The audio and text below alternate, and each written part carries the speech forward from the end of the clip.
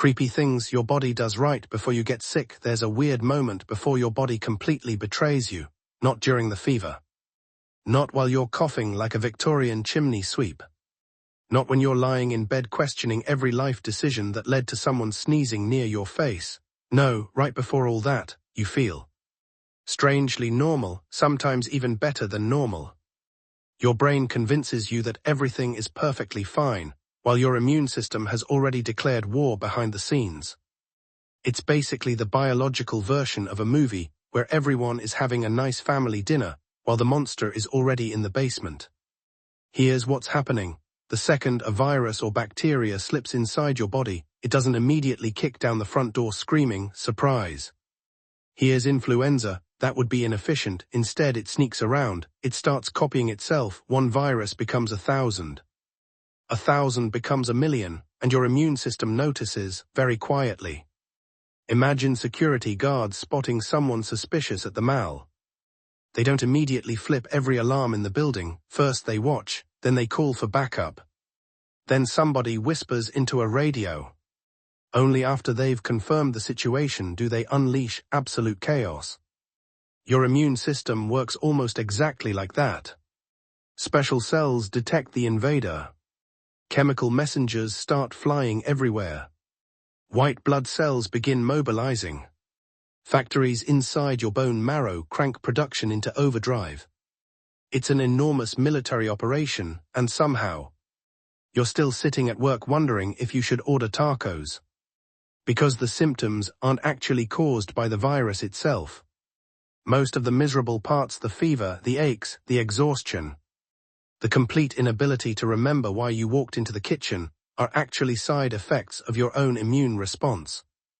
Your body is essentially burning down part of the neighborhood to stop the burglars. Very effective, extremely rude.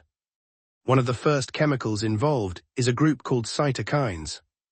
These tiny signaling molecules spread messages between immune cells faster than office gossip spreads after someone accidentally replies all. Their job is to coordinate the attack.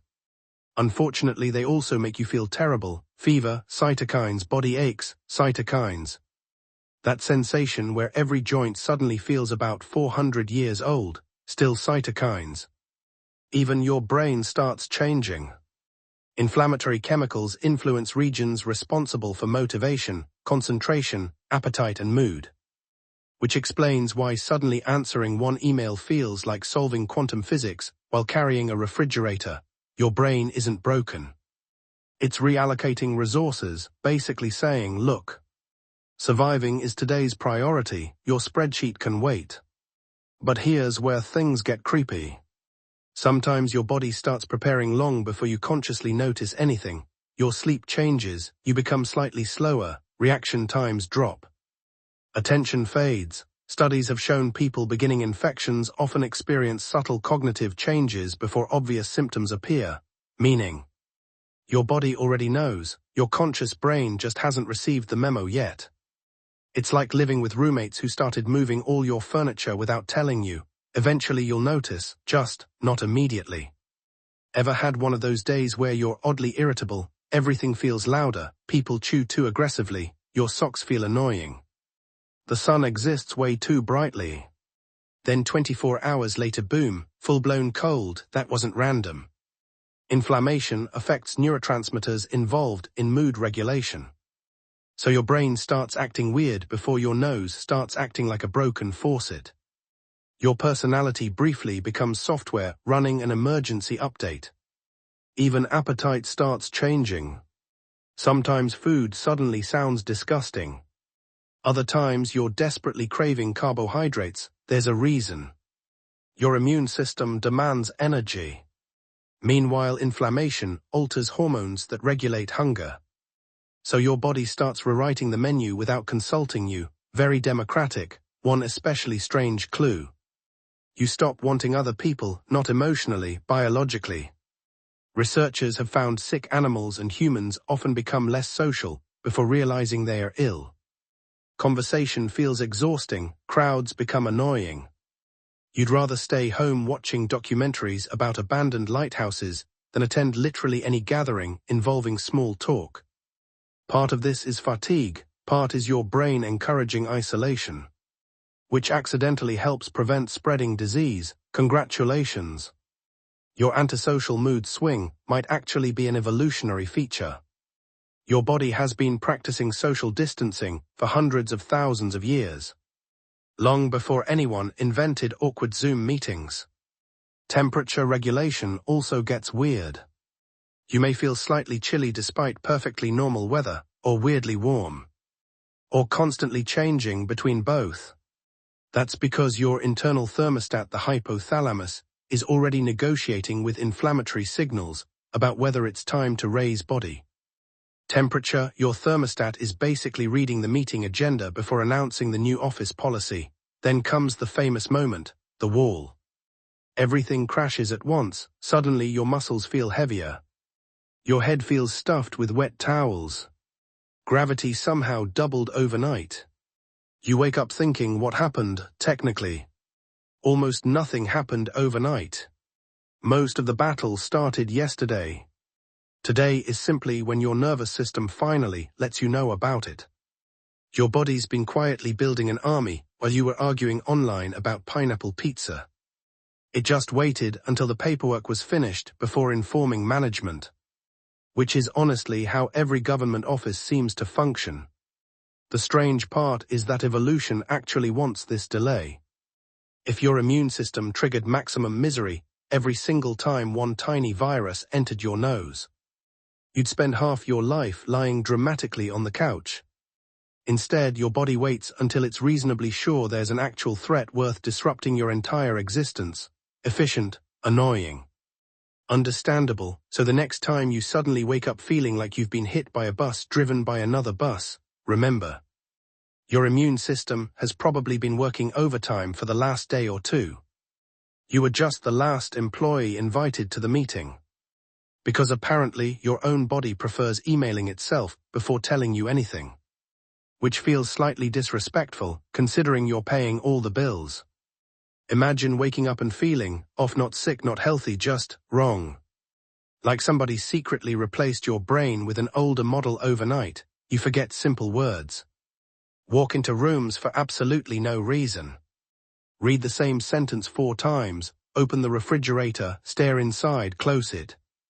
Then immediately reopen it because apparently future you was expected to know why present you came here. It sounds ridiculous, until you realize this can happen before the first cough ever shows up. Your brain is one of the earliest places illness quietly leaves fingerprints, and no, it's not because viruses are immediately attacking your thoughts. Most of the time, it's because your immune system starts changing how your brain functions. Think of your brain as the CEO of a giant company. Normally, it's handling thousands of jobs every second, breathing, walking, remembering names, pretending to listen during meetings, trying not to accidentally make eye contact with strangers for too long. Everything runs smoothly. Then your immune system barges into the office carrying a stack of emergency paperwork. Suddenly every department gets redirected. Memory, reduced budget, focus, come back later, energy cancelled. The company is dealing with an invasion. One of the biggest culprits is inflammation. Those same chemical messengers coordinating immune cells don't politely stay in one location. Some influence the brain directly. Others communicate through nerves connecting your body and brain. Either way, your brain receives the message. Something dangerous is happening. Instead of making you smarter, it makes you slower. Which sounds like terrible design. But evolution wasn't trying to help you finish math homework. It was trying to keep you alive. Imagine you're a prehistoric human, you catch an infection. Should your brain spend enormous amounts of energy solving creative problems? Or should it conserve resources while encouraging you to rest somewhere safe? Exactly. Your ancestors who ignored illness and kept sprinting after mammoths probably didn't become ancestors for very long. Scientists even have a name for the collection of changes that happen during illness. It's called sickness behavior, and it's fascinating. You become sleepy, less social, less motivated, more sensitive to pain, less interested in exploring, more interested in lying down and dramatically becoming one with the couch. It's not laziness. It's biological programming. Your body basically installs temporary software that says, please stop doing absolutely everything. One creepy symptom many people notice before getting sick is brain fog, not ordinary forgetfulness, real brain fog. The kind where someone asks your birthday and your brain responds by buffering. Information still exists, you just can't reach it. It's like every memory got stored inside a warehouse where the lights suddenly went out. Even driving feels slightly different, reaction times become slower, attention drifts. Tiny mistakes happen more often. Which is one reason why illnesses, even mild ones, can quietly increase accident risk. Your body is spending precious fuel somewhere else. Concentration becomes an optional feature. Mood changes are another giveaway. People often become unusually emotional before obvious symptoms appear. Tiny inconveniences suddenly feel catastrophic. The Wi-Fi disconnects for 6 seconds, your coffee spills, someone says, "Can we talk?" Suddenly, your brain reacts like civilization has collapsed. Inflammatory signals affect neurotransmitters like serotonin and dopamine. These chemicals help regulate motivation and emotional balance, shift them even slightly. And normal life starts feeling weird. This also explains why some people lose interest in hobbies before realizing they're getting sick. The game they've loved for years suddenly feels exhausting. Music isn't as enjoyable, movies seem boring, everything feels flat. It's not because the world changed overnight. Your brain temporarily changed how it experiences the world. Even your sense of time gets strange, minutes drag, tasks feel endless. Waiting 5 minutes somehow becomes a full psychological event. Your internal clock isn't literally broken, your attention is. When concentrating requires extra effort, time stretches like cheap chewing gum. Then comes the weirdest trick of all, decision-making gets worse, way worse. Simple choices suddenly become impossible. What should I eat? I don't know. What movie? I don't know. What shirt? I don't know. Somehow choosing breakfast now feels equivalent to negotiating an international peace treaty. Again. That's not because you're secretly incapable of selecting cereal. Mental effort becomes more expensive during early illness. Your brain starts conserving energy anywhere it can, even language changes. Some researchers have noticed that people beginning infections often speak more slowly or use simpler words without realizing it, not dramatically. Just enough that careful testing can detect it. Your brain quietly shifts into low-power mode. Like a phone automatically dimming its screen when the battery gets low, then the fever arrives, or the sore throat, or the runny nose. Finally, everything makes sense, but by then, your brain has already been waving tiny warning flags for hours, or even longer. The problem is that most of us ignore them. Because we assume feeling mentally weird means we're stressed, or tired, or distracted. Sometimes that's true, other times. Your immune system has already started rearranging the furniture upstairs. Your thoughts become slower not because your brain forgot how to think, but because your body temporarily decided that surviving matters more than remembering where you left your car keys. Unfortunately, it also forgot to tell you that's what it was doing. So instead you're left standing in your kitchen, holding a spoon, wondering why the refrigerator suddenly feels like the hardest puzzle you've ever encountered. Basically, your brain quietly starts gaslighting you, and then acts surprised when you notice. Imagine scratching your arm because it suddenly feels itchy, nothing unusual there. Then your scalp starts itching too, your face feels oddly warm. Your skin becomes strangely sensitive, like your t-shirt was secretly replaced with sandpaper overnight. You look in the mirror expecting to see a rash, nothing. Everything looks perfectly normal. Meanwhile, your skin is behaving like it's receiving emergency text messages from the rest of your body. As it turns out, it is. Most people think of skin as wrapping paper for your organs, just a protective shell. In reality, it's one of the busiest communication centers in your entire body, millions of nerve endings. Immune cells stationed everywhere. Tiny blood vessels constantly adjusting, sweat glands, oil glands, hair follicles. It's less like wrapping paper and more like an enormous security system covering every square inch of you. So when your immune system notices an infection beginning somewhere inside, your skin often hears about it surprisingly early. One reason is inflammation. Those same chemical messengers causing your fever and fatigue don't stay politely contained. They circulate through your bloodstream, influencing tissues all over your body, including your skin. Think of inflammation as your body's group chat. Every organ gets the notification. Some just react louder than others. One of the first weird changes is sensitivity. Clothes suddenly feel uncomfortable, bedsheets seem rough.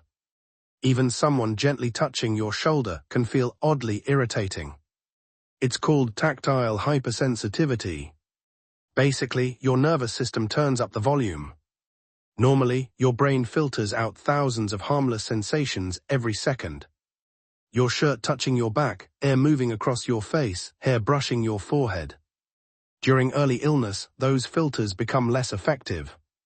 Suddenly, every tiny sensation barges into your consciousness, demanding attention. It's like your nervous system accidentally turned every background actor into the lead character. Then there's temperature. Have you ever felt freezing cold in a perfectly warm room? 5 minutes later, you're throwing blankets across the room because you're suddenly roasting.